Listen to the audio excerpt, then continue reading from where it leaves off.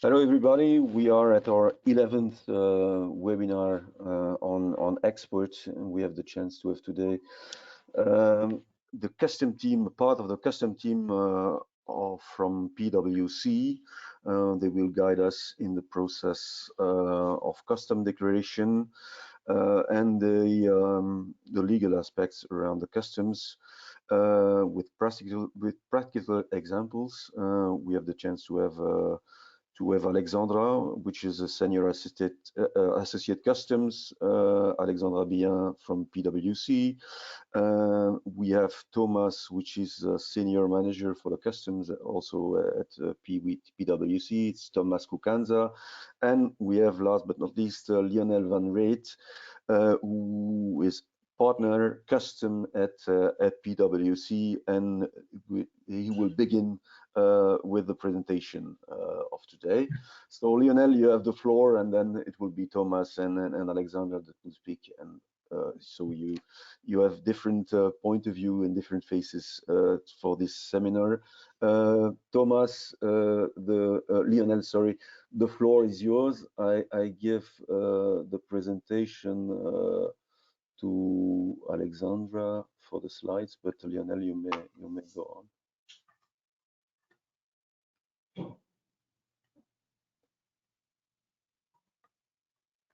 So we have the screen already on the shared, so we can go on, Lionel. Yeah. Okay. No, just if you guys don't see the slide, just don't hesitate to use the chat box to let us know. First to go, my name is Lionel. I'm the partner indeed in charge of the customs team at PwC Belgium. I'm very pleased, and thanks Laurent, thanks Thomas for having us today. We have a bit less than an hour and 30 minutes to spend together. We will focus ourselves on the exportation in order to make sure that you are ready to export. We're gonna get some basic knowledge, basic notions of export, but we will also have practical examples. You see, you have a chat box down there. Don't hesitate to use it. Ask your question. We will not answer them like à la minute right away, but we will try to answer them as Laurent and Thomas will guide us at the end of each section. So that I think that we keep a good flow of things. So as I said, welcome to this presentation. You see us there. You see Thomas and I with a tie on the picture. So that's a change. You don't have to vote whether you like us best with or without tie. I'll leave that aside. But I will start by giving you why is that so important.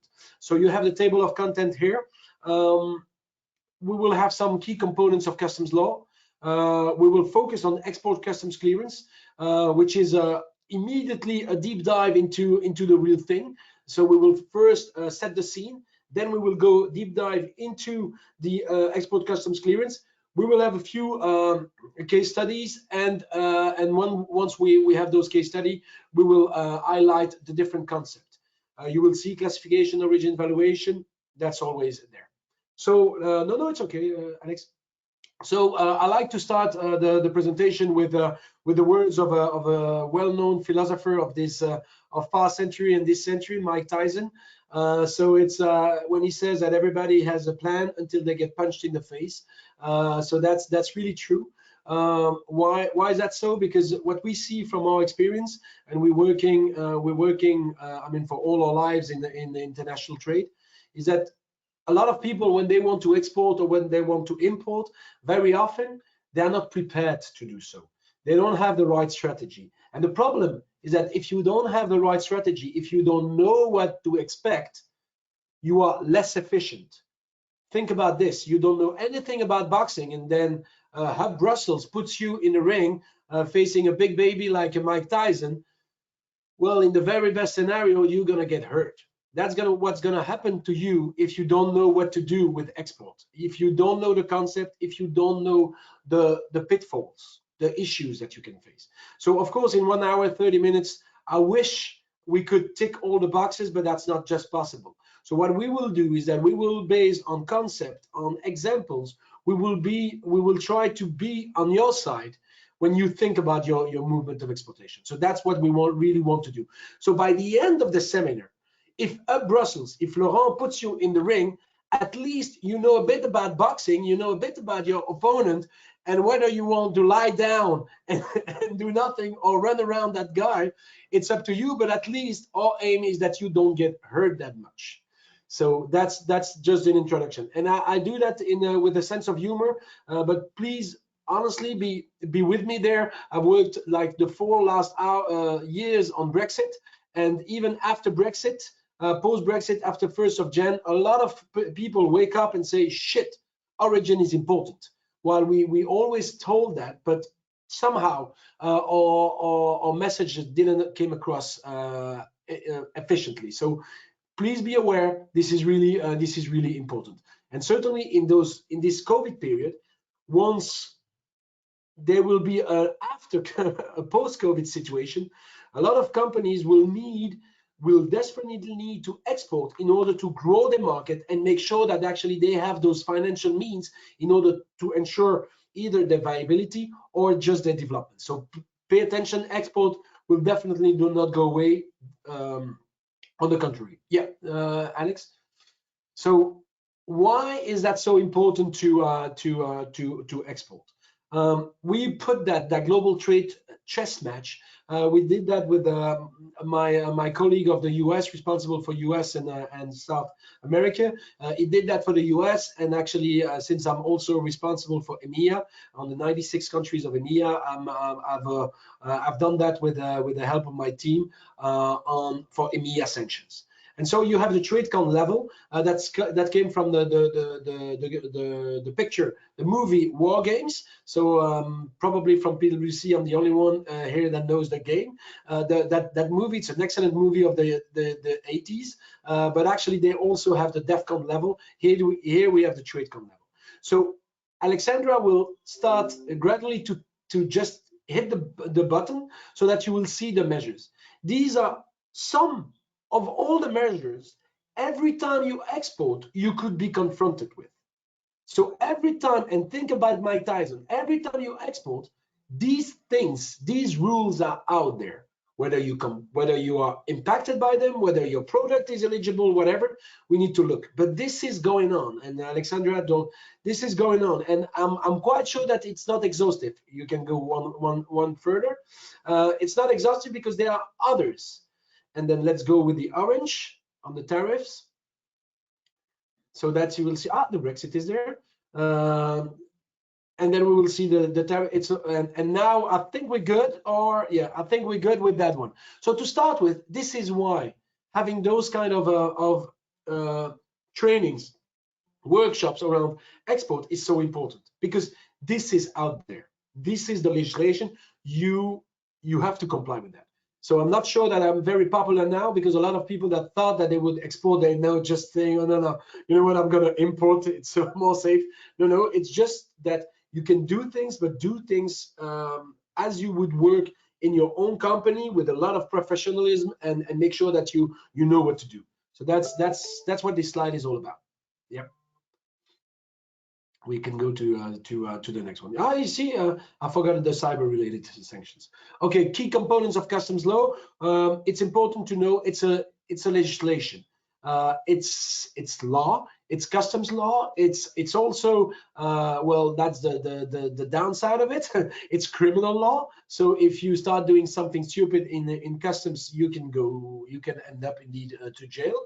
So that's serious thing to consider. And it all start with the World Trade Organization, the WTO. For customs, we go to the World Customs Organization, where, for instance, you have the HS code, so Convention HS, harmonized system that deals with the classification, the commodity codes classification, very fundamental.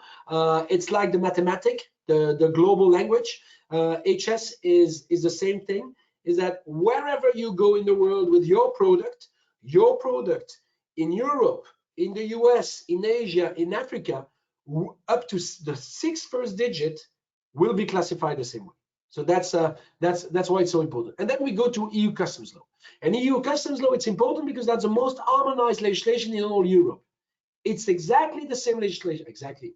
There are some national specificities, but it's exactly the same legislation from an EU perspective, whether you are in Belgium, in Denmark, in Italy, in Greece, in Bulgaria, whatever.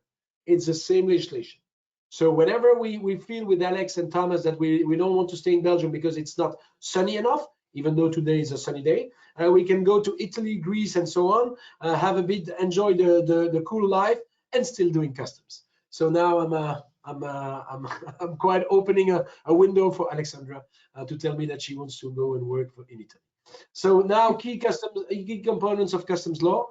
This is interesting for you. Why? Because in one go you see a few regulations that might impact your product, because obviously with more than 100 people attending the seminar, I don't know how your sector in industry, but these are quite interesting. The legislation, Union Customs Code in May 16, 1st of May 16, it has been published. That's the Bible of EU customs law, and that's where you need to go in order to find all the relevant articles. Of course, the UCC was not enough, so we have the delegated regulation and the implementing regulation. So these three have to be taken together. Now, where it's really getting more complex is that on every subject that you will hear today, we have instructions, procedures, and stuff of the like. So it makes a lot of elements to digest. The purpose of today is not that you need to be the superstar of customs tomorrow. I still want a job, but actually no, it's just to give you the feeling where you might encounter a problem, or where you feel that, ooh, they asked me that, there's something fishy, there's something a bit weird about that. So I'm not too much agreeing with what they say. So it's to give you the ability to react and to feel and somehow to anticipate what Mike Tyson is willing to do to you. So that's exactly that purpose. Yep, Alex. So Incoterms, like them, hate them, I don't know. I think they are really, really useful. But a lot of people do not use them wisely, or do think that actually once you agreed on Xworks, for instance, then you are blocked with Xworks like for all your life, and that you cannot do anything else. So and I think this is, I think we wanted to ask a polling question to the audience at this point in talking of Incoterms. Good. Maybe So Laurent, if we could launch the polling question for Incoterms, that would be great. Sorry, Leo, to cut you on, but this way. Okay, it's okay. I thought I would do it afterward, but it's okay. It's perfect. So Laurent. Yeah.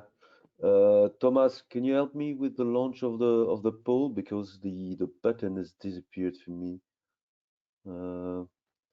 I don't see the poll.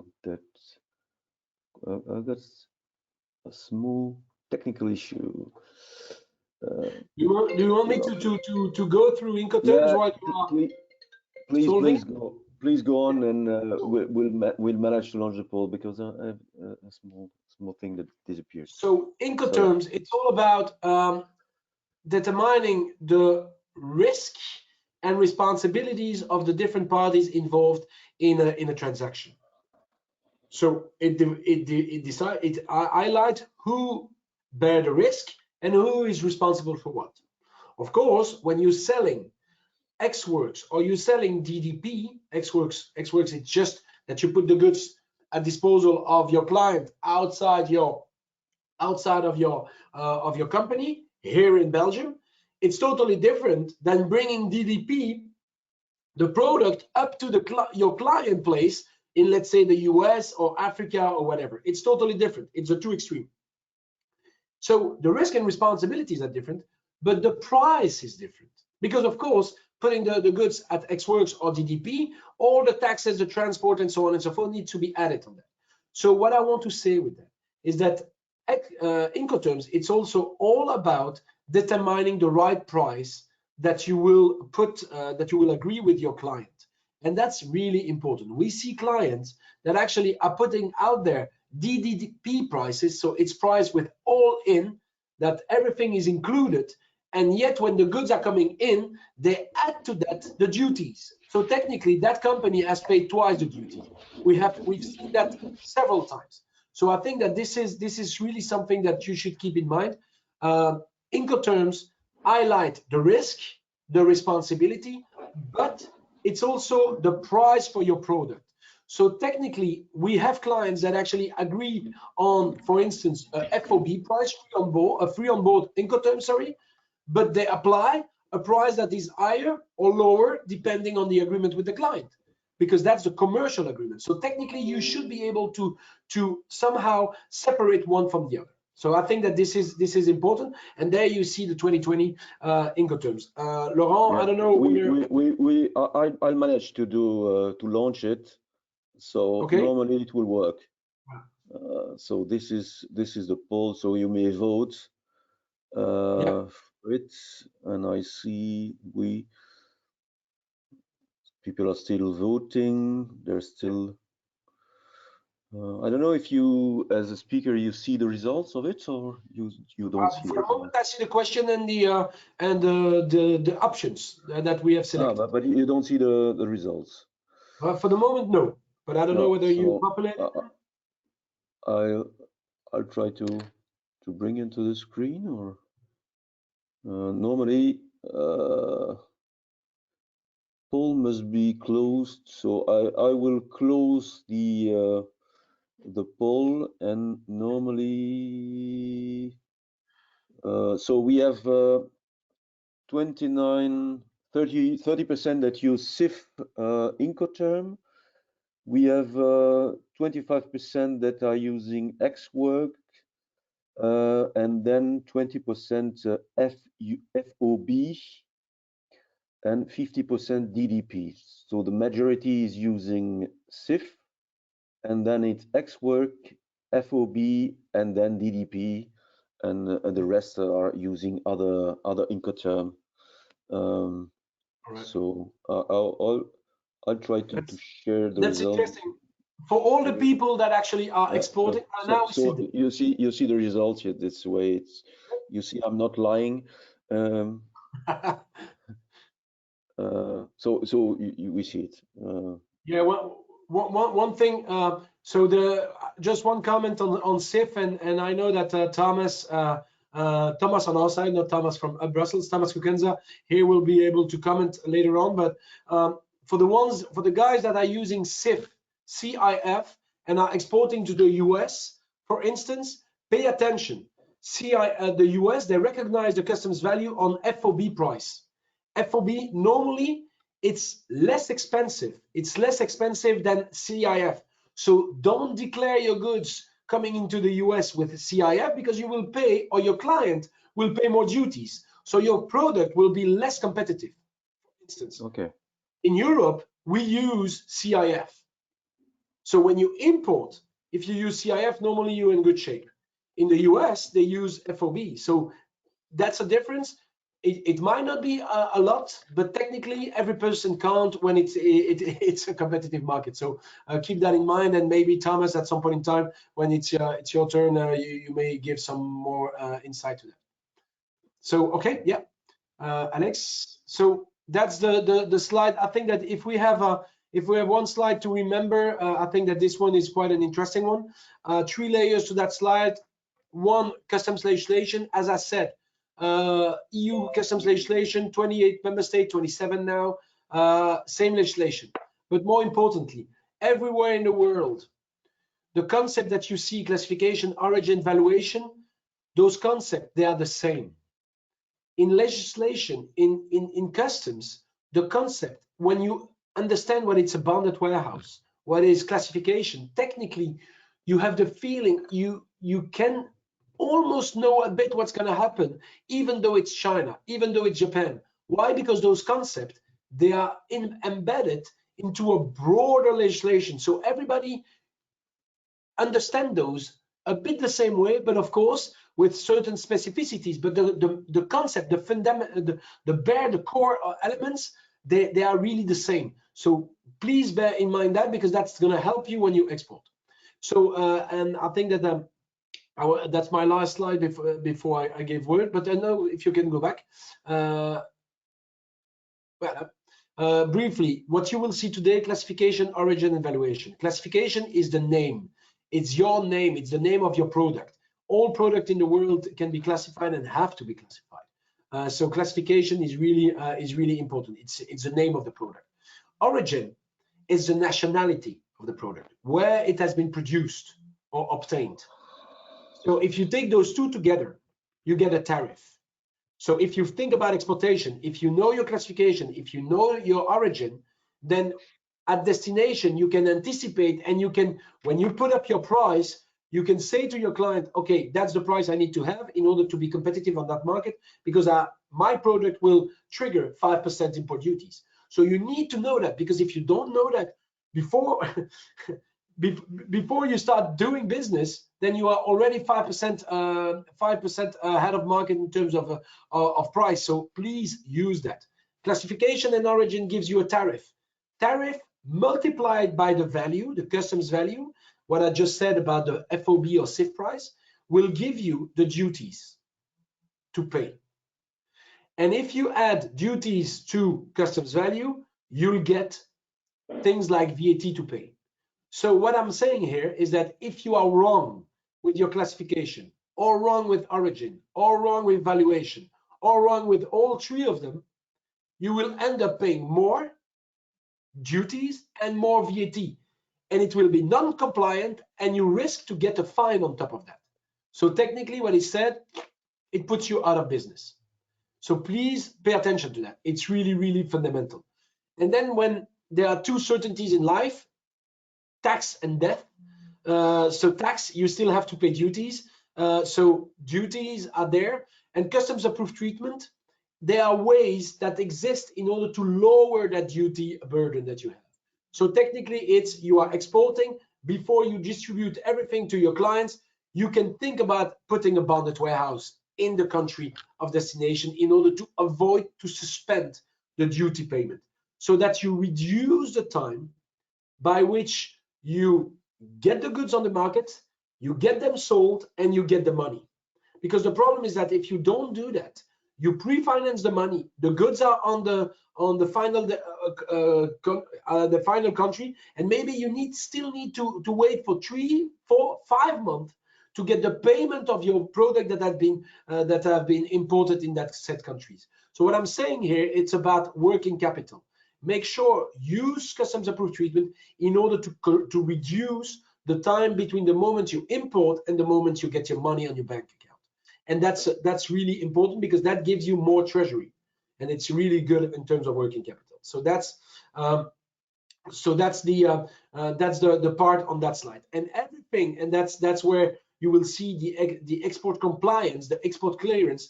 Everything that I talked about, classification, origin, valuation, customs approved treatment, all of them trigger compliance responsibilities, compliance elements, compliance actions to be taken.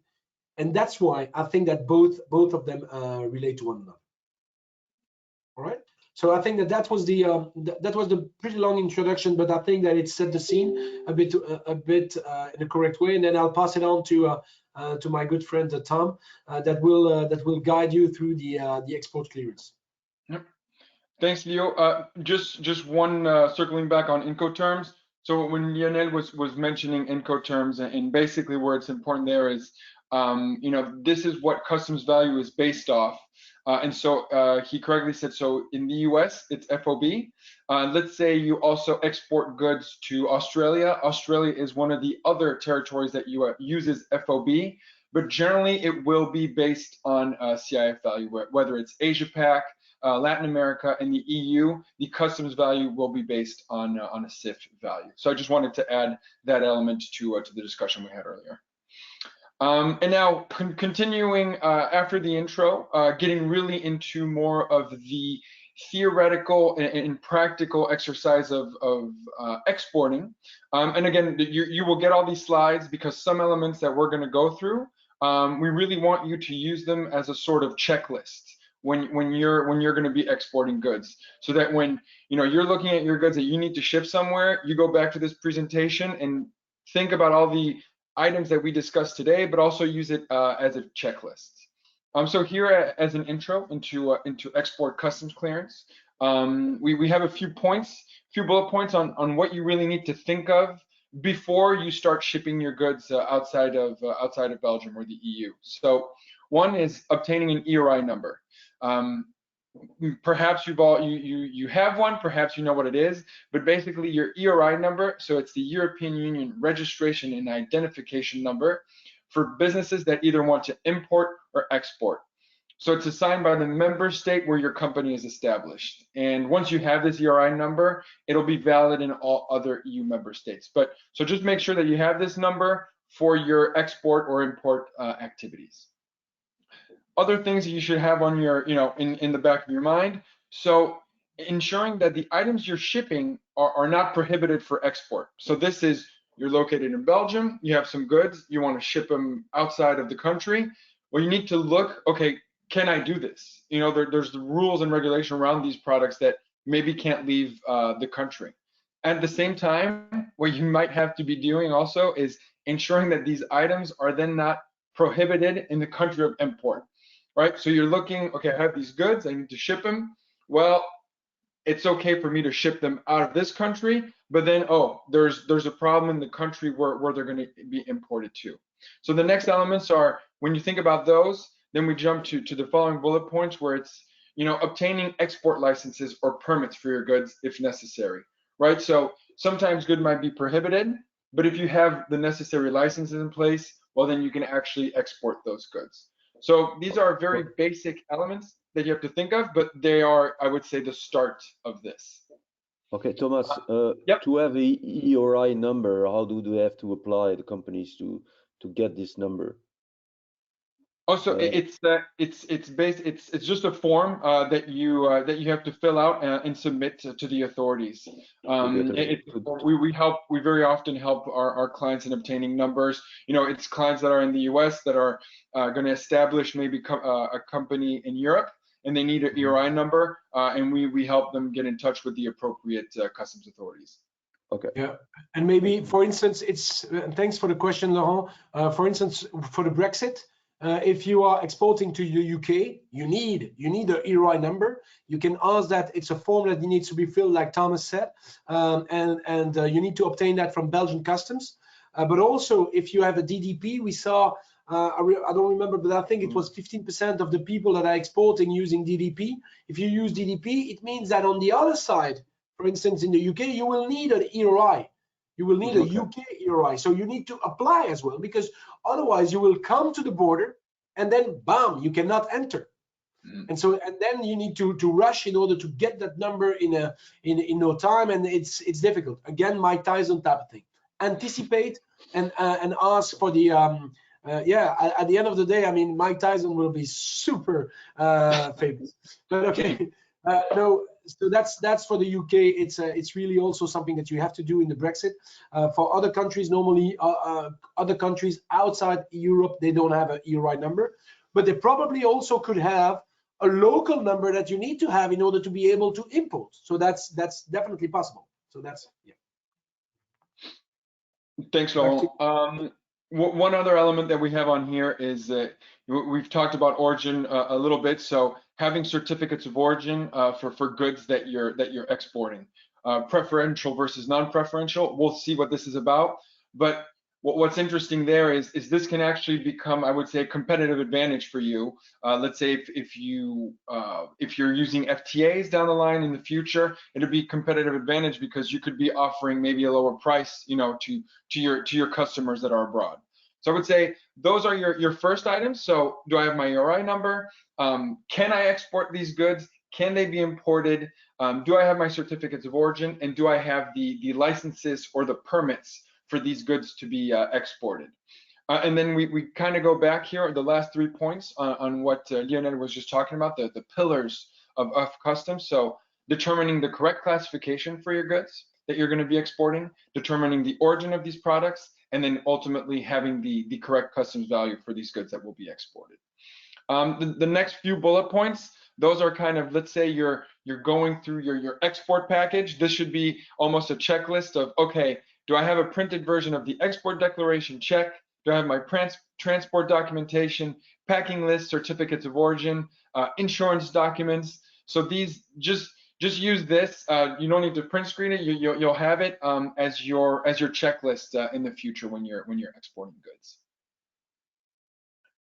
Go to the next slide. Why we wanted to show you this? So this is it's a European customs declaration. But trust me when I say that they're basically the same throughout the world. The US one looks very similar. The Australian one is the same. Why we wanted to put this here is what it should be. It should be a check, right? So you have a customs declaration, and you should check it against basically the invoice, right? And that might seem like a very, okay, Thomas, of course, the value that I'm going to put on my customs declaration is the same as it's on the invoice. Well, let me tell you that very often that's still not the case, right? So it's we very often see an invoice value, and then we look at the customs value, and there's no match, and no one can explain why. And somewhere down the line, someone didn't do it correctly. Well, this is all part of the compliance that Leo mentioned. You need to be compliant. You need to make sure that the data that is on invoices, on your wait list, on transport documentation is correctly reflected on customs declarations. Whether on import into, if you're importing any goods into the EU and then exporting them outside of the country, you just need to make sure, you should basically audit yourself. So take your documentation that you use to fill your export declaration and just then perform a sanity check afterwards to make sure that the information matches on both. Some more, I would say, kind of check marks. So need to make sure that the information declared on the customs declaration matches what is in the commercial documents. And if there's mismatches, it should be reported and regularized so that depending on the country in which goods are being shipped to, there's different ways of regularization. In the US, for example, it's very automatic. Everything is done, I would say, through a portal. Other countries, it's still a bit more of a paper-based solution. So that'll depend on where you're shipping your goods, of course. Other elements, so certificates of non-preferential origin, issued by chambers of commerces, and attestation of preferential origin if applicable. We'll go more into detail around these items, non-preferential and preferential origin during the origin section of this presentation. And next item, again, this is the European document, but it'll be basically the same. All of this information will be, the same information that customs authorities throughout the world are looking for. So these are really, I would say, the elements that you need to make sure everything should be correct, but this is generally what customs authorities will be looking at. It's all these different boxes. So maybe you don't need to look at the box, but definitely the type of information that we're looking at. The reference number, the importer of record, or your ERI number, the declarant, the Incoterm that we were already talking about, the tariff position. So you have in box 33. Well, that's your classification. In the US, it's another box. I can't remember it now. I probably should, but I don't remember it off the top of my head. But so these are all elements that throughout the world, the customs authorities are looking at these same elements, and these elements are really the ones that should be the base of your compliance and should help you when exporting. And now I pass it on to Alexandra, who will make this even more interactive as much as we can, even in a virtual environment. Yes. Okay. So in order to explain you the rules a bit more in an interactive and fun way, we have elaborated a case study which we will use to explain you the theory in practice. So here we have a company based in Brussels, Staftex, that has made a new product, a console that is different from other consoles because it has a special button, a cheat button that makes possible to get extra lives or get a new car, etc. So getting all the best features in a video game. So of course, as you understand, this would get a lot of attention first in Europe, but then in the European Union, but also internationally. So the Brussels-based company now has clients based in Canada, in the US, etc., and needs to export its new product. So what does the company need to do in order to be able to export the console? So first of all, the company needs to know, to make sure it knows its product, its supply chain, and to prepare for the game, as we have been telling you since earlier in the presentation. So this is a bit the different steps and the different elements that we need to take into account. So as have been mentioned already earlier, the classification of the product, which is the name of the product, it's the commodity code. We will see in a few minutes how to classify a product. But then you also need to know the valuation, the customs value of the product, and the origin of the product, as we have mentioned as well. This will be very important to see if the client in the importing country will be able to claim a preferential treatment. So we'll see how to use free trade agreements later on, and how to classify and how to assess whether the origin of the product is of EU origin. Because if it's not of EU origin, the clients, your clients based outside the EU, will not be able to claim a preferential treatment. And for that, you also will have to show the proof of origin as an exporter, and if required, supplier's declaration, which we'll also have a look later on during the presentation. As we mentioned, we also need the ARE and all the procedure, etc. And most importantly as well, you need to keep all this documentation in case of an audit. To make sure that you keep all the records, that your records are clean, and that you keep all the documentation in case of an audit. So this is again the same slide as was presented earlier, but this time for the console. But in interest of time, I will already move on to the issue of classification.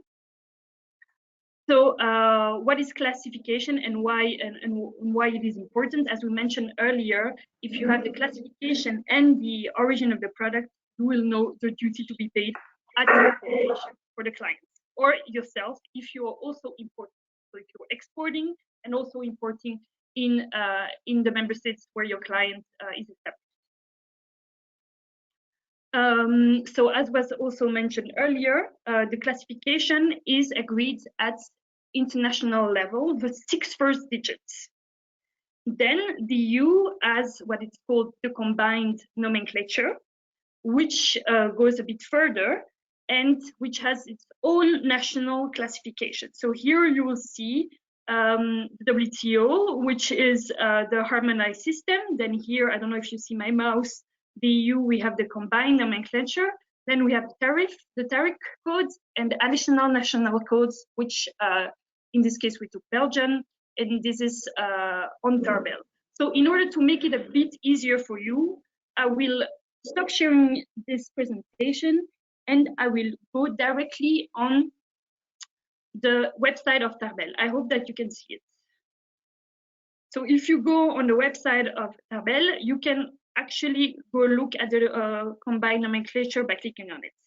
And you have to click on the latest version because every year the EU publishes a new one. So here you will see, if we will go to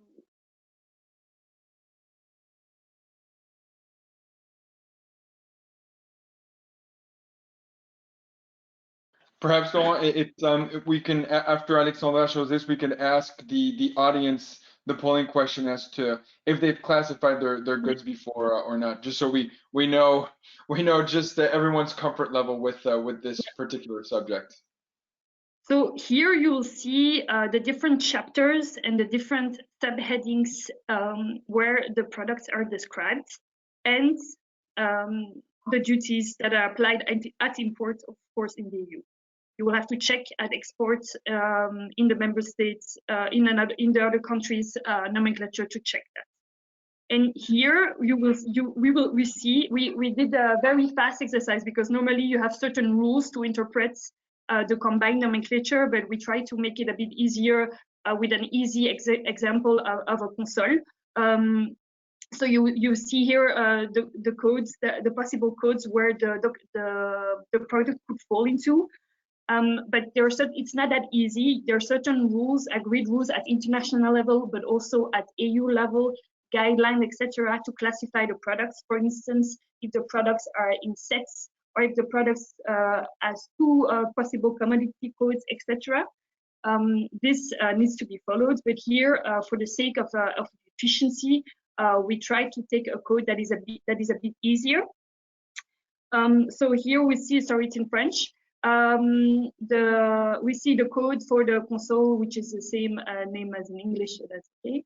And we see that it would fall under 8537.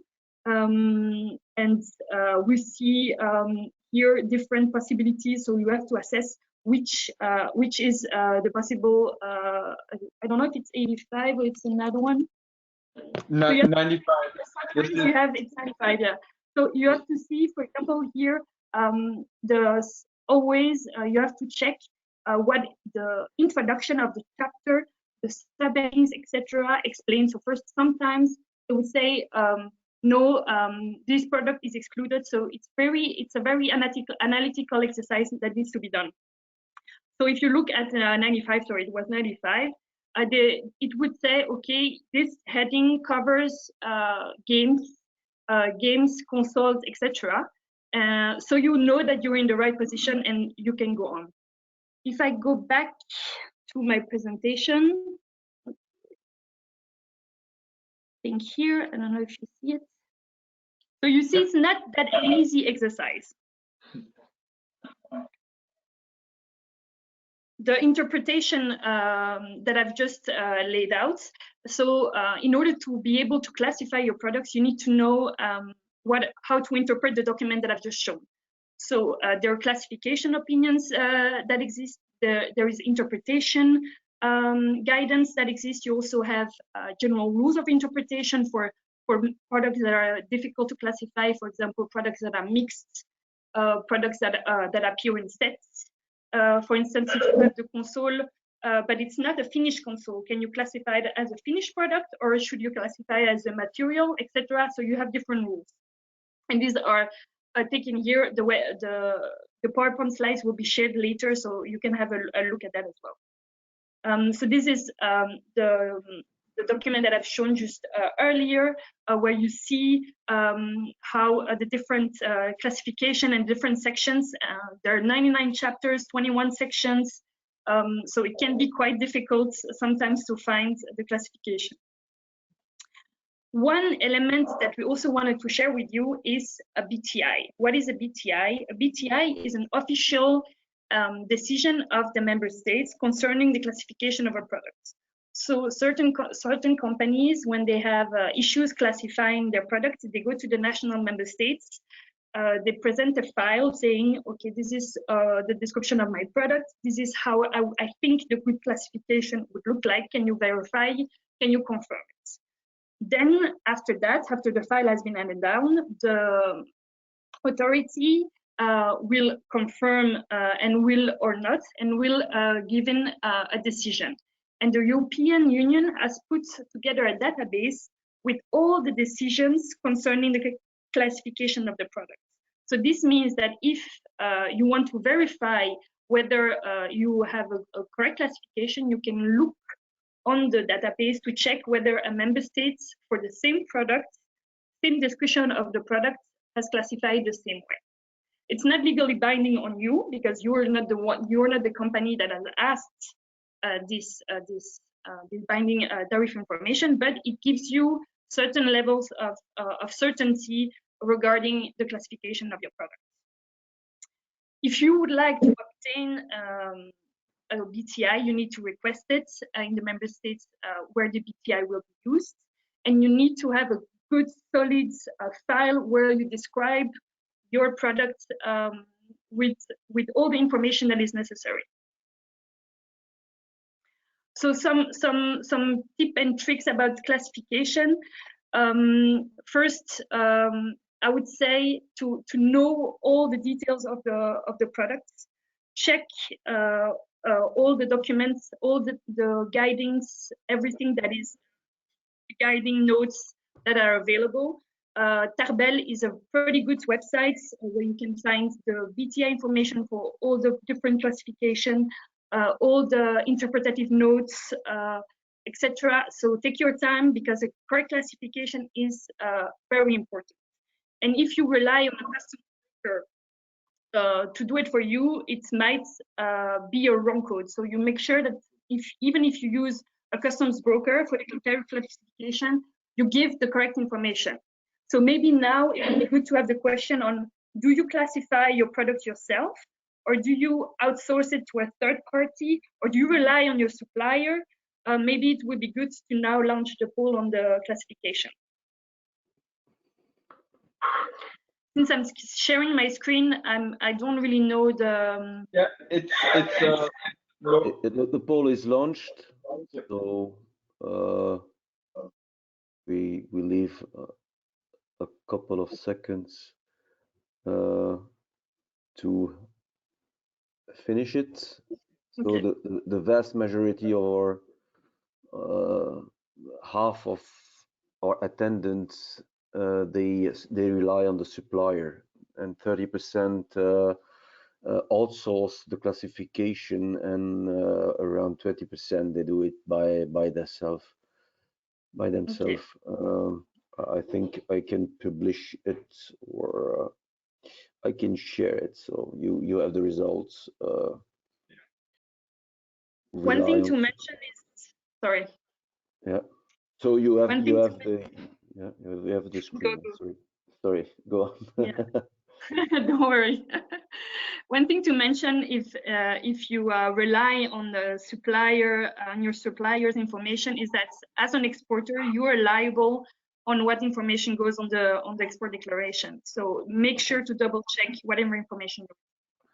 We have a question regarding this. How can who is checking that the classification code is correct? Who is checking this? Is this the responsibility of the exporter, or is there a sort of check through the Belgian customs to see if the console is correctly classified, or how does it work to be, who checks?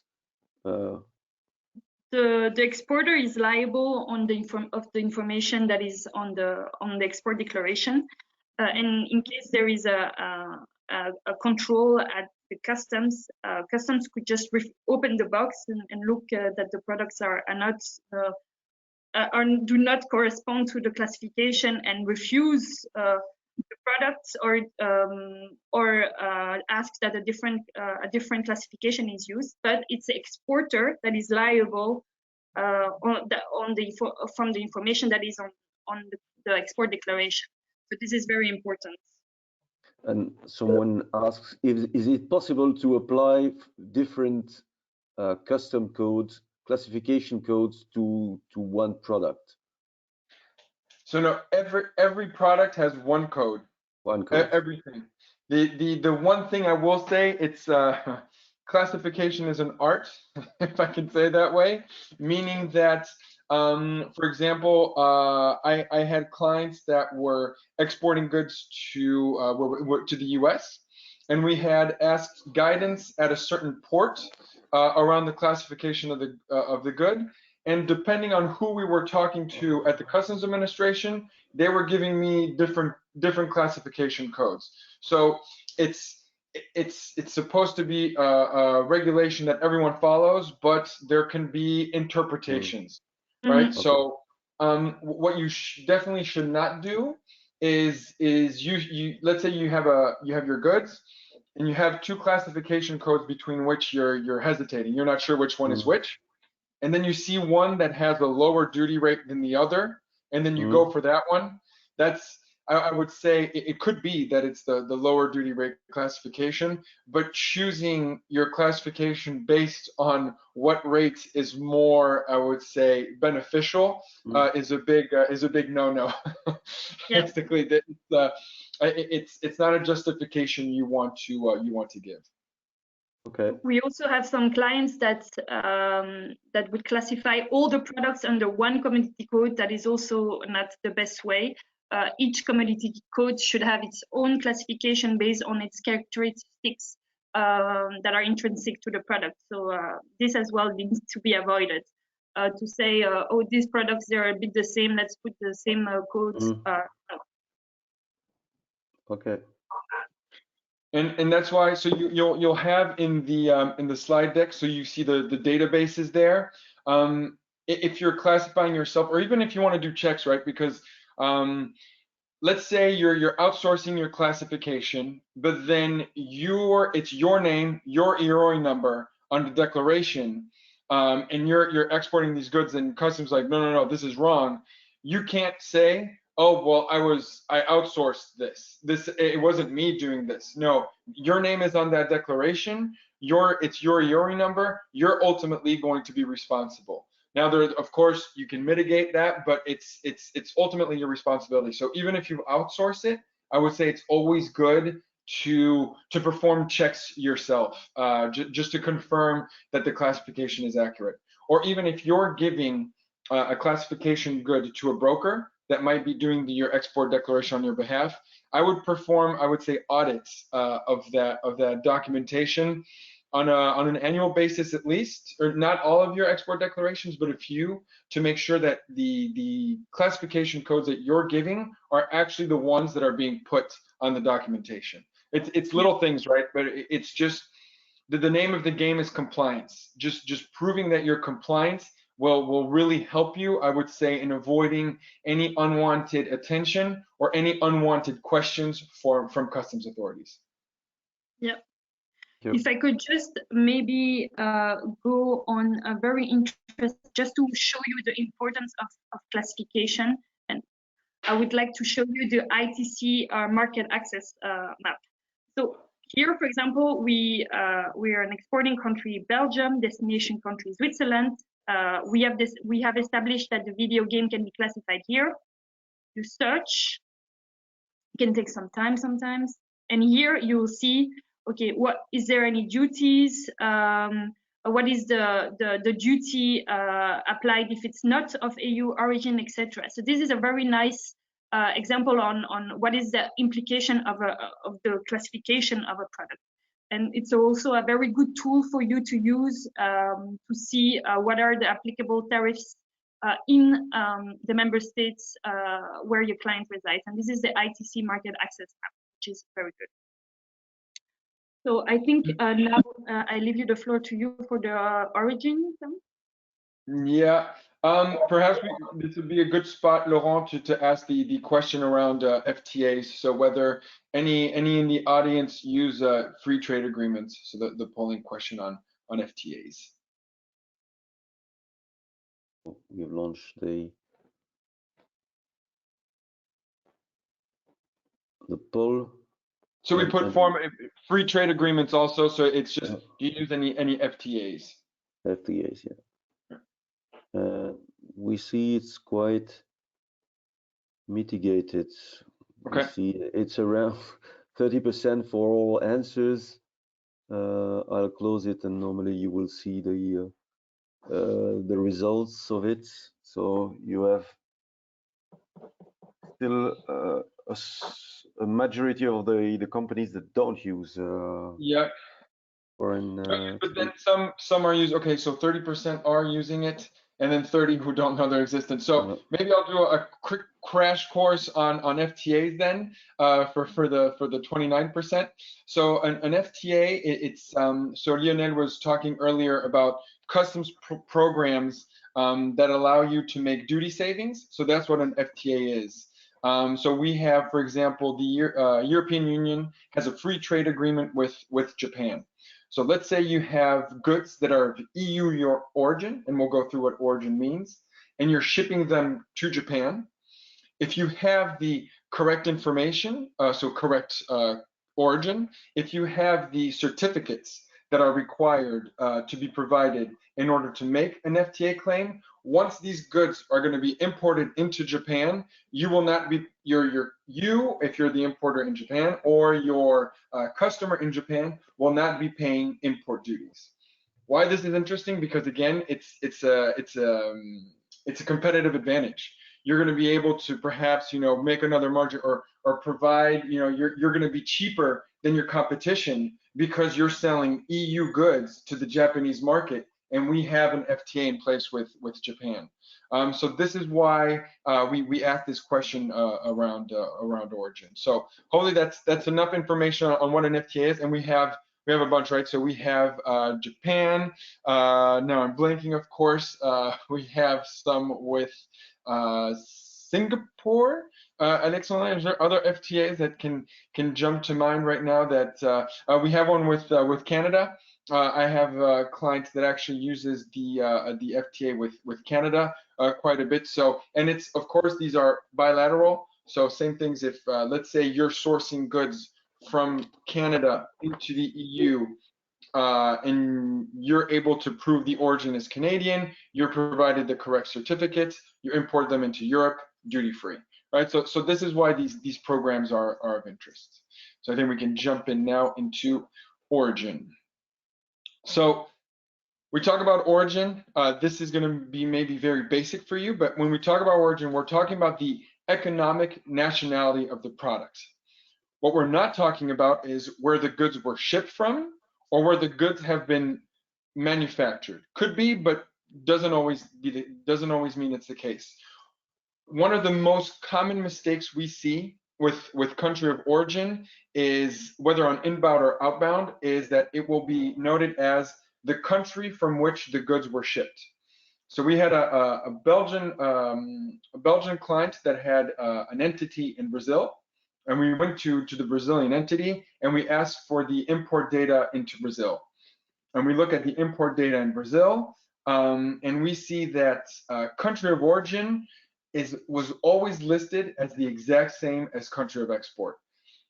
Could be the case, but generally that's not going to be the case. So these are really elements that we really need to stress, that a customs origin is the economic nationality, and it's not where they were shipped from, not where they were produced. It could be, but I'm going to go through the details there on what I mean by that. So origin is determined based on specific regulation. It's the economic nationality of a product and used to determine, the customs duties that will be applied on import. So how this is an example of trying to explain just how difficult it is to manage from a compliance perspective, the origin of products, and how it could change, right? So here we have raw materials that are Japanese, Korean, and Australian that are sent to a production site in China. So you got we're talking about 4 different countries. These goods are then sent to Qatar, which is just a logistics site. The Qatar, then they leave for the US, where you're doing quality control, and then ultimately they're shipped to the EU. The possibilities for providing the incorrect origin information or losing on potential FTA opportunities because you're unable to correctly follow the origin of the goods is very easy. So having processes in place around origin is very, very important. And the next slide kind of explains there when you're looking at origin. So 2 types of origin treatment. So we talk about economic origin and tax origin, preferential versus non-preferential. Everything I'm talking about here, though, is the customs origin. So we're talking about the economic origin, so non-preferential. So here what we're saying is it's the customs origin of your goods, non-preferential because you're not asking for any kind of FTA treatment or trying to benefit from any, I would say, duty savings opportunities because of the origin of their goods. So just claiming the origin. Why is it important? Because this is how we're going to determine the policy measures, right? Whether there's anti-dumping, whether there's tariffs, whether there's quotas, right? So if you're importing goods into Belgium nowadays and they're goods of US origin, there might be some retaliation tariffs that'll be applied to them. So it's, let's say you're sourcing from a supplier that's in the US and he's shipping his goods to you, and because he's showing them as US origin, you have to pay additional tariffs. Well, that's kind of a bummer, especially knowing that perhaps he had himself sourced these goods from Peru, a country with which there aren't retaliatory tariffs. So this is why knowing and following your origin is so crucial. Origin also helps you in determining the applicable duty rate, right? So erga, so this is third country duty rate. So this is the duty rate that is applied on goods that have non-preferential origin and the applicable regulation. So it's the EU Customs Code. Now we're going to go to the word preferential. So why? No, let's just go back so I can really kind of set them apart. So preferential. When we talk about the preferential origin, this is where it's where products will benefit from a preferential origin. So right, this is where and you have here in the objective, apply the bilateral or unilateral agreements signed by the EU with third countries. So this is when we were talking about FTAs. So if you're able to support this preferential origin, like I said, so we have one with Japan or Korea. So if you're able to prove that you have goods of EU origin and you're shipping them to a country like Japan and you have the supporting documentation, once they're imported into Japan, they will be duty-free. So this is why I know I really wish the terminology wasn't so linked, non-preferential versus preferential. Just know if we're dealing with non-preferential, this just means that it's the basic, right? So it's the country of origin, needs to be correct from a customs perspective, but this is just the basic. You're not benefiting from anything.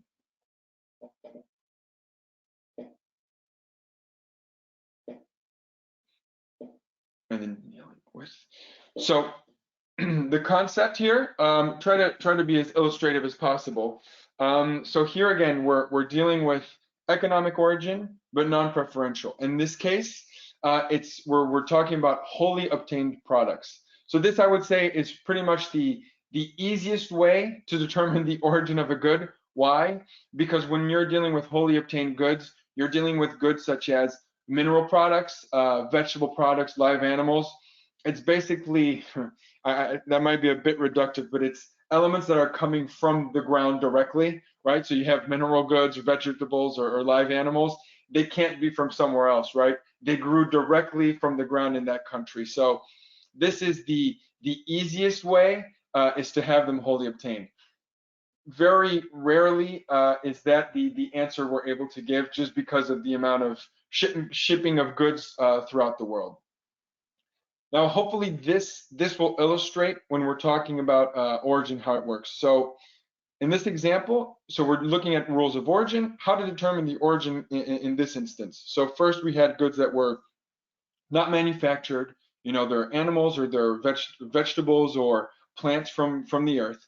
Here, we're talking about manufactured goods. So you look, case 2, several countries are involved in the production process of the product, which happens all the time.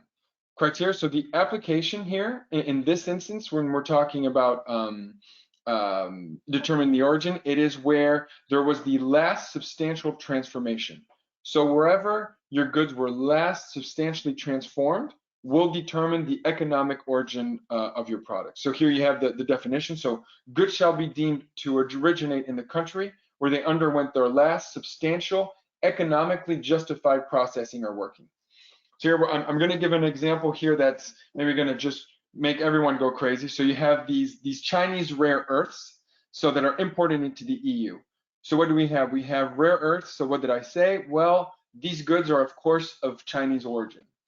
Then what we're doing, we're sending them to the EU. And what are we doing in the EU? Well, you see, so we've created from these Chinese rare earths, we've created these memory cards, right? So this is what we mean with sufficient processing. I have rare earths that are coming from China, Chinese origin, shipped into the EU, imported as a Chinese origin, but my manufacturing operations in the EU transformed the good in such a distinctive way that now these goods are actually going to be of European origin. So let's say then these were to be shipped elsewhere, they would be considered as European goods. And now I'm going to really go deep dive. So we have these memory cards that are of EU origin, but I'm not done with them. I'm going to ship them to the US just to put some logo on them. So I'm sending my goods that I've sufficiently processed into the EU to the US, and there I'm just putting a logo. And what in the terminology we have here, insufficient processing in the US.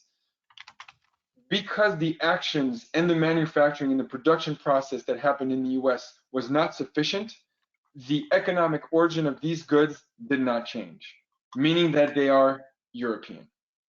So they're in the US. We did some activities we made some kind of activity. We did some processing in the US, but all we did was just put the label onto the memory card. While it does not change the origin of the good, these goods will be of European origin.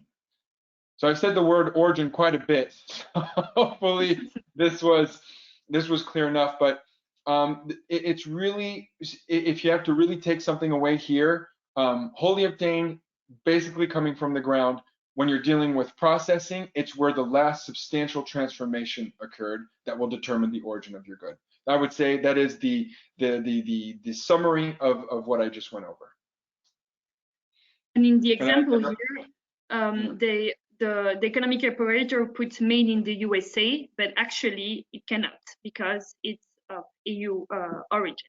So a lot of people put just made in on their product without really checking the economic origin of the product. So this is important. So now we're gonna have a look at the preferential origin, which is the origin when your client will claim preferential treatment at importation. So as an exporter, if you want your client, for instance, in Japan, to claim a preferential treatment upon importation, you have to make sure that the products are of EU origin. And in order to check the rules that are applicable, the origin rules that are applicable, you need to go check each free trade agreement which the EU has signed with third parties. So let's say your client is in Japan, you will have to check the free trade agreement between the EU and Japan to see what is the exact rule of origin for your product. And this, again, we come back to the issue of classification. Each classification code has a different rule of origin that needs to be complied with. So now you see everything coming back, getting linked. One very good website to check what are the rules of origin applicable to your product is the ITC Rules of Origin Facilitator. So here, this is a screenshot, so I cannot go on the website, but if you type ITC Rules of Origin Facilitator on Google, you will find the website. It's easy. So here we will put Belgium as the exporting country. Importing country, you will put where the client is situated.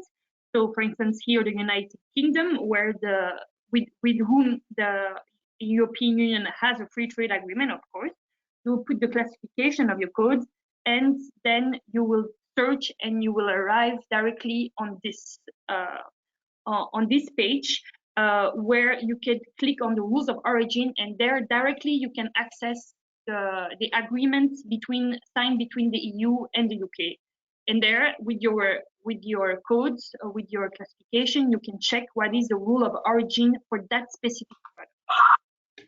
And here, the rule of origin for Chapter 95 for toy games and for consoles is change of tariff heading. What does it mean, change of tariff heading? It's that the raw materials are classified differently from the final product that after processing.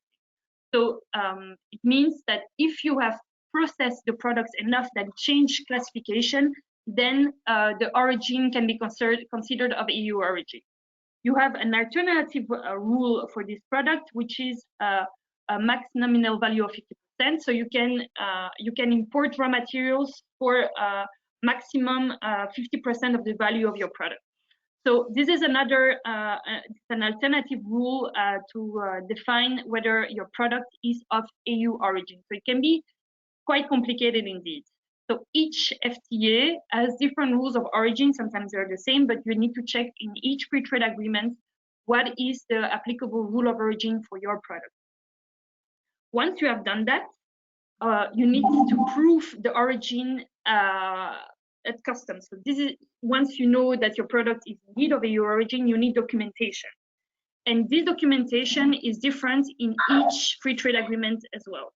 So sometimes you would have a Form A certificate of or Euro1 or ATR for Turkey, for example, but new FTAs now, they have a new system, which is registered exporter and approved exporter, where the economic operator itself on the invoice, for example, declare that the goods are of EU origin. This is a self-certification. So this needs to be compared with non-preferential origin certificates that Chamber of Commerce can issue. This is completely different because this is non-preferential origin, which my colleague discussed earlier. Here, these are preferential origin system of proof. The Form A and the Euro1 are issued by the administration, while Rex and invoice declaration, it's the company itself that can declare itself that the goods are of EU origin. But of course, this company needs to have all the required information to make sure to show the customs that indeed these are of EU origin. And this can include suppliers declaration, for instance. If the company does not produce all the product but uses suppliers, you will need to check with the supplier to see what are the origin of the inputs coming from the suppliers. So it would require a supplier declaration by which the supplier will declare that indeed it has used or not goods that are of EU origin. So you see, the supply chain makes it very difficult to get an overview of the origin of the product. So one important thing that we want to say here is know your supply chain, know your supplier, and have all the documentation really necessary that the products are of EU origin. For the sake of time, I will not go over all these documents, but you will receive the slides. So it explains, the slides explain here what are the different proofs of origin that are applicable, how to obtain them, etc.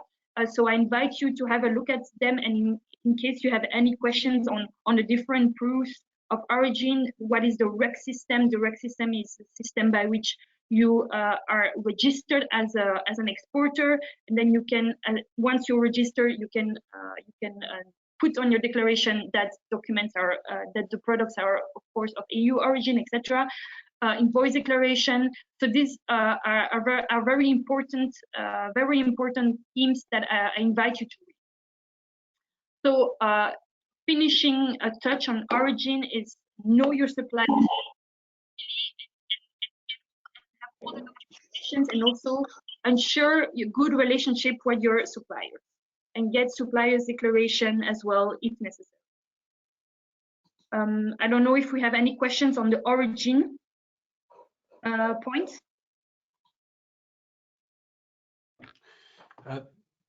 We have some questions. Il y avait une question sur l'origine, je pense, Laurent, tout au début. Il y avait une question sur how to determine the origin of product if the components in the assembly are from different places. Yeah, this is one question.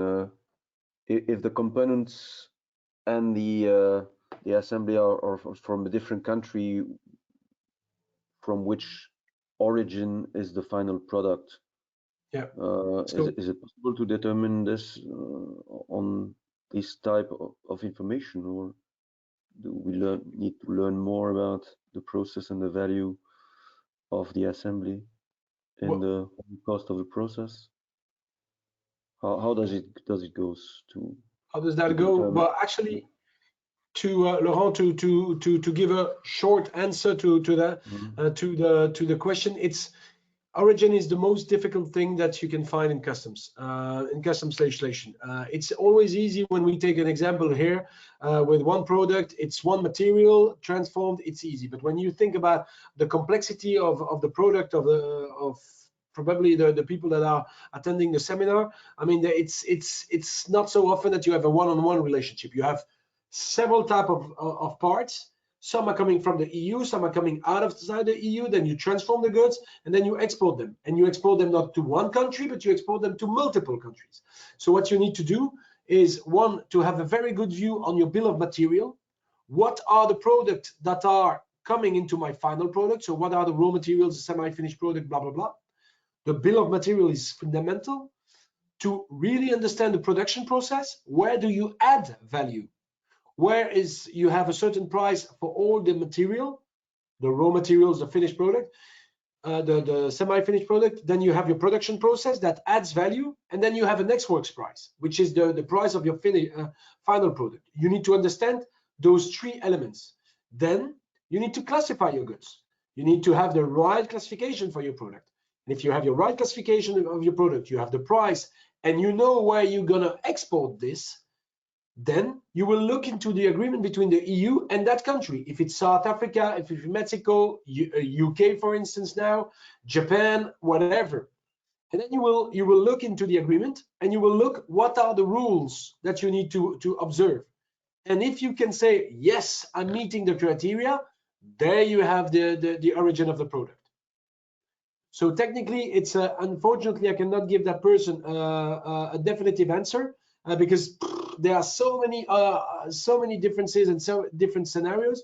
But that's I think a good way to structure it: the raw materials, the price of your material, the what production process are you doing, the classification of your product, and the destination, so that you know which free trade agreement you need to follow. I think that if you've done that, you are quite close to a good end.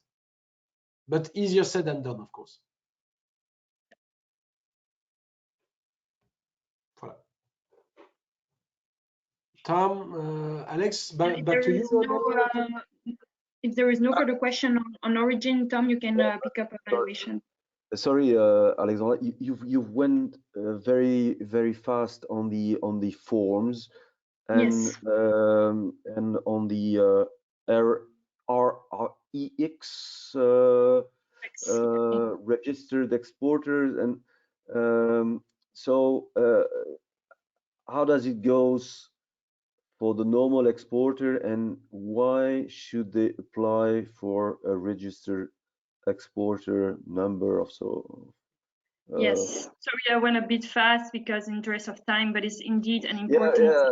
We time is running, but it seems very important to have a view on concretely how it works. Of course. So the REC system is a new system that the European Union applies in many of the free trade agreements it signs with third countries, most notably with the UK, that is the trade cooperation agreements. So companies in the EU that are exporting need to be registered in the REC system and to receive a number. This can be done on the EU Trades portal, Trader portal, and once they receive the confirmation that they are a registered exporter, they are authorized to put on an economic document, a statement of origin. So it's a principle of self-certification. So it's the economic operator themselves, the exporters, that will note, that will self-certify that the products are of EU origin. But of course, it cannot just claim that they are of EU origin if the company does not have backing information with that regards. So, for instance, if the company uses input material from its suppliers, this information is necessary to be able to show that the goods are of EU origin. So we'll need to ask suppliers, suppliers declaration, preferential origin suppliers declaration. And this is a system that is used more and more because it goes faster, and it allows the companies to self-certify the origin of the products. I hope this explains a bit more what is REX. So REX, I see that companies that are selling for values below 6,000 euro, they may have the origin, they may assess the preferential origin without being REX registered. Yeah. Rex. There is a It's quite there is high. a Rex, that's result. something else, but okay. So yeah. Maybe one thing for if some people here needs to be REX registered and they are not yet, and they are based in Belgium or based in Europe, up till the 25th of Jan, it was possible to do it directly with the Belgian authorities. Now that we are the 11th of Feb, after the 25th of January, we need to go through the European portal. So the Euro trade portal. So you need to do that. Belgian customs seems to say that it's going to be faster. I doubt it. For having used that, and sorry if some of the attendees are from Belgian customs, but I'm working a lot with Belgian customs, and I got a really good relationship, so no problem there. It's definitely not something negative, but I've worked with a trader portal for BTIs, for a lot of authorization and stuff of the like. It's a bit less funny than really be able to discuss with someone. It's just a portal, so it's a web page, and you send all your information, and then you don't have a direct relationship with that web page. Even though everything is virtual, we are not there yet. So it's a web page, and you upload all your data, and then you wait. So it's kind of difficult. So but for the people, I think it's good to know that that they can obtain that, and if they need to obtain that, they have to go to the Euro Trader portal. But if you have any questions from the attendees, I guess that you can ask them to Laurent, and Laurent knows where to find us, and can ask us the question. We'll be taking them with pleasure. Okay, I have a question regarding REX system, and there is a question that asks how probable or is it to have a custom audit if we are REX registered, or is there? When you apply for it, zero. When you apply for it, 0% chance to get an audit. It's not like customs approved treatment. Approved exporter, merci. Approved exporter now with all the approved exporter, where of course you need to have an audit, but it's not the same thing. A REX, you don't get the audit before, but honestly, with what we see with the UK and Europe, for instance, I can tell you that the audit will come afterwards. But okay, that's the way to go. If that's the way to go, and you need to demonstrate the origin using REX, then you have no choice. But the choice that you have to do is to make sure that where you're determining the origin, you can support it, you can justify it, and then you're in good shape. Then you're in good shape. Okay. You just need to be able to demonstrate that. Okay, nice. Back to you guys. John? I was on mute, so this will be helpful. I see that we're on almost over time, so I want to, but I really want to hit on valuation and kind of give the broad strokes regarding value. So we've hit on classification, we've hit on origin, and this is I would say the last of the three pillars. And if you can make sure that you're compliant in all three pillars, well, hats off to you, and I think you'll be in really good shape. So few things on valuation. When we're talking about valuation in customs value, Alex, if you could go to the next slide. So this the legal basis behind the valuation was Article 7 of the GATT, so the General Agreement on Trade and Tariffs. and it is used on a global basis. So this information, we're showing it here, but they're showing the same information in the US, they're showing the same information in China, right? So in order to determine the correct customs value, there are basically 6 ways of doing this.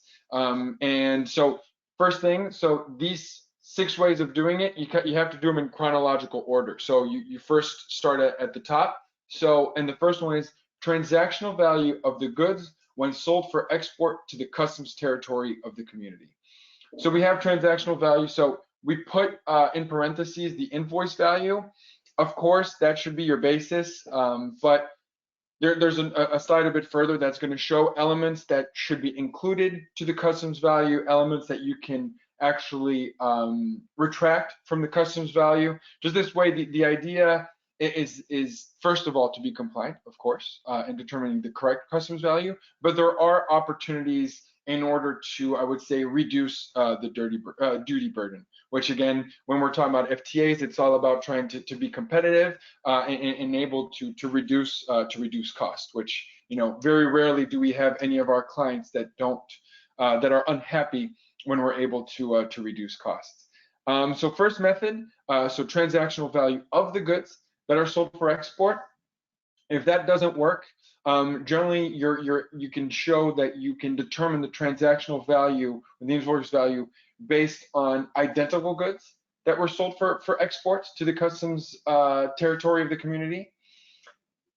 Third option is the transactional value of similar type of goods when they're sold for export. So the first 3, it's fairly easy to use them. Again, use them in chronological order. The transactional value of the goods, if that's not possible, of identical goods, if that's not possible, or goods that are similar. 4, 5, and 6, I've seen less. Number 4, when we're talking about deductive method, so it's basically a resell minus type of valuation, or the computed value, so it's a cost plus. I would say generally customs authorities, this is talking from experience, don't like to see these as much, to be used as much. They would much rather you use the transactional value of the goods or identical goods, because here it becomes a bit more tricky to support your valuation and the items that you want to, you know, take out of the value in the deductive method, or add to your value in the computed value. And as I said, so the 6 rules have to be done chronologically, except for 4 and 5, which you can choose to use computed above deductive if possible. Leo, I know that's quick. Anything that you wanted to add right on this one slide on value? No, I think you hit the right pose there. Transaction value is being used, and that's the purpose of the EU Commission, is to get the people using the transaction value as much as possible. For the people that are involved in transfer pricing or are confronted with transfer pricing, please note that customs value and transfer pricing values are the best enemies of the world. So they are very close to one another, but they, from time to time, they are following different paths. So you need to anticipate that a bit. One. Second, if you take a look at the method here, when you have deductive method, it's quite something that think about resale minus on the transfer pricing side, and computed value, as it mentioned, cost plus. So it's quite close. And really, for the ones that are really in transfer pricing, please note that when you're using a transfer net margin method, TNMM, for customs value, you definitely need to take a look at that, because that means that you are paying way too much duties. So that's just one thing that I wanted to give you. A few other elements we wanted to touch upon in regards to valuation was on the slide after this one, was regarding, so here, you know, we're talking about elements. So when you talk about transactional value, we're talking about the price actually paid or payable for goods. This again can be kind of when you're dealing with your valuation, you can use this as a checklist again, right? So you're trying to determine your customs value, and you have all these different costs that are coming from left and right. You're not sure whether you have to include them, whether you can exclude them for the customs value. So you can look at this. I think this is actually a very helpful checklist. For example, elements that need to be included to customs value, and maybe you're not going to think about it, are commissions. Packaging needs to be included to the customs value. Engineering. One item that is, I would say, a global issue, or not issue, but a global constant with valuation is anything that deals with royalties and license fees. So let's say you have a determined customs value throughout the year, but you have royalties for these goods that are paid. You need to reflect these royalties into the customs value. And this is true all over the world, and there's ways to do this. I would say in an automatic way, such as the U.S. allows you to do this, online.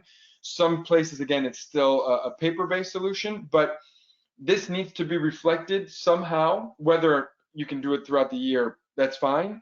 But generally, what we see most companies do is reflect these royalties and license fee payments at the end of the year, and that needs to be apportioned to your customs value because that affects the duties that are paid.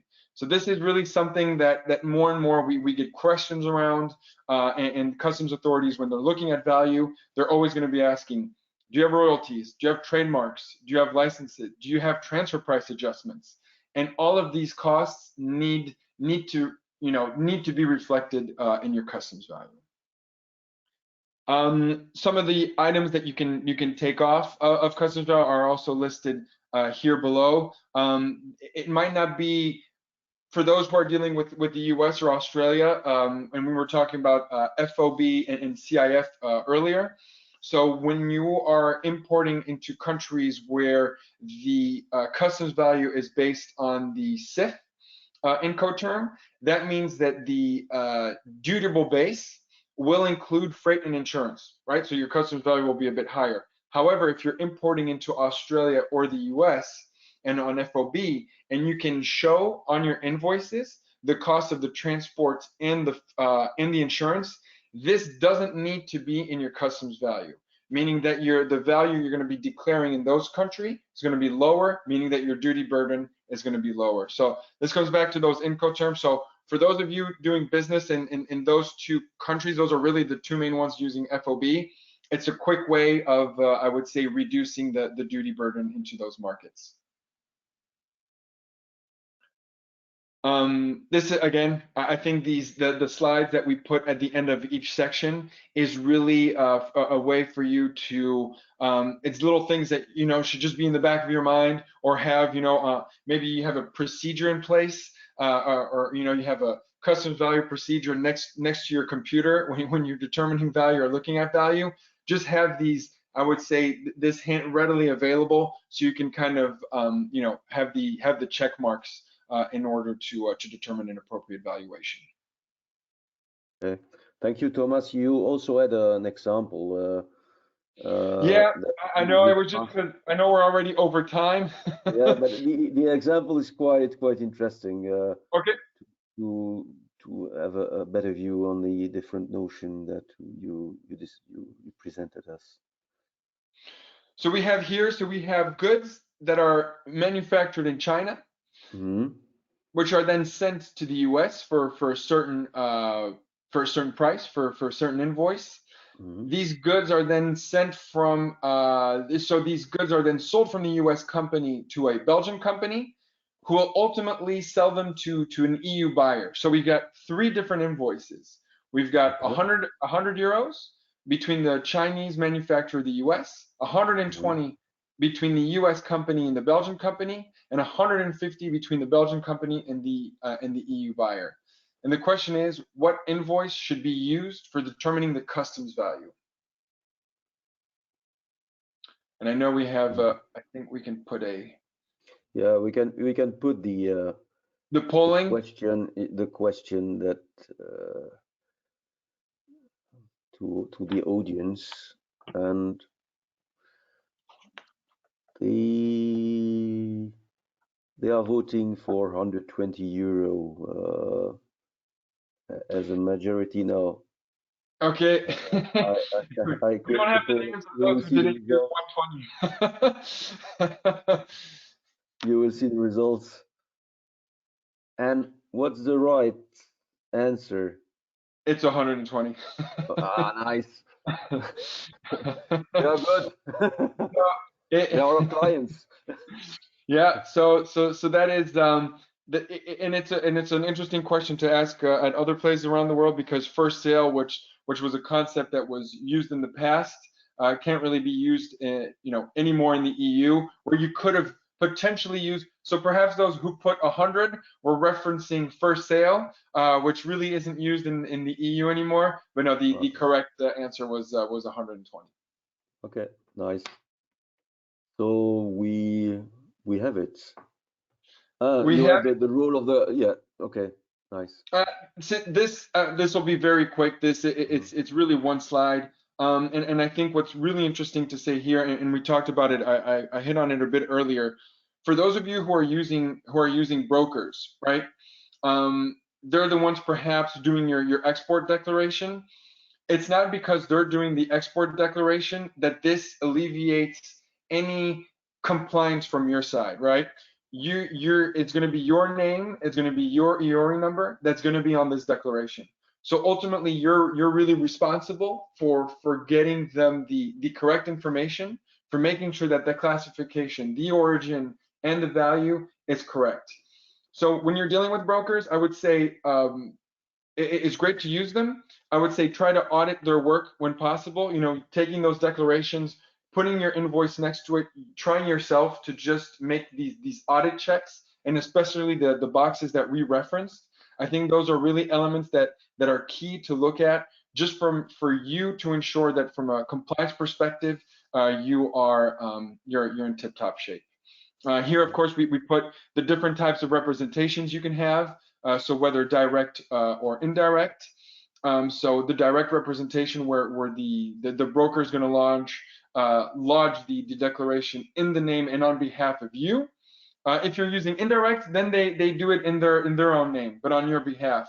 Leo, I see more direct representation rather than indirect representation in the market generally. Yeah, before it was in Belgium, before it was indirect. But now with the change of the UCC and the responsibility around the broker, everybody is going more to direct representation. So it means that companies are still responsible. They use broker, and that's a protection for the broker.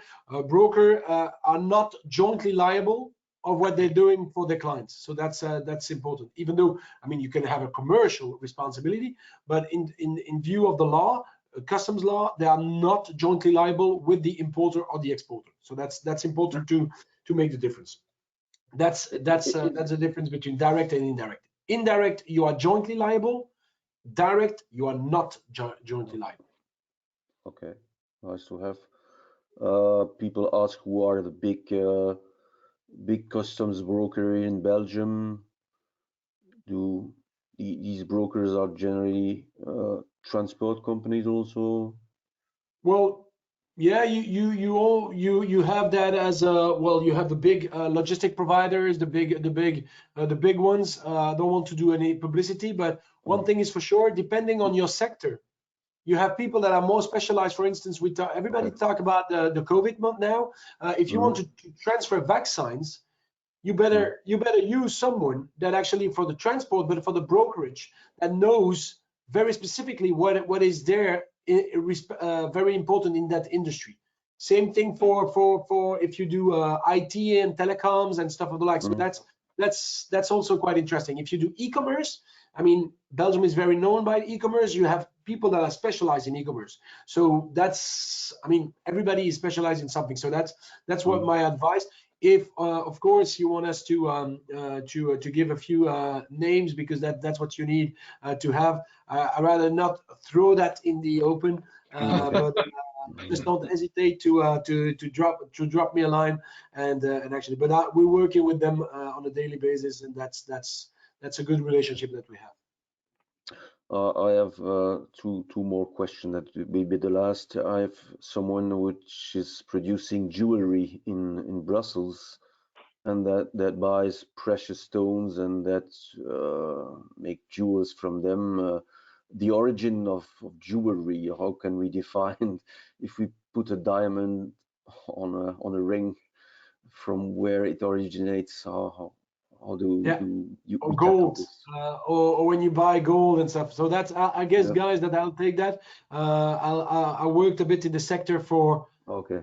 7 or 8 years, so in the luxury sector. So that's something that that I know a bit. So indeed, it's complex.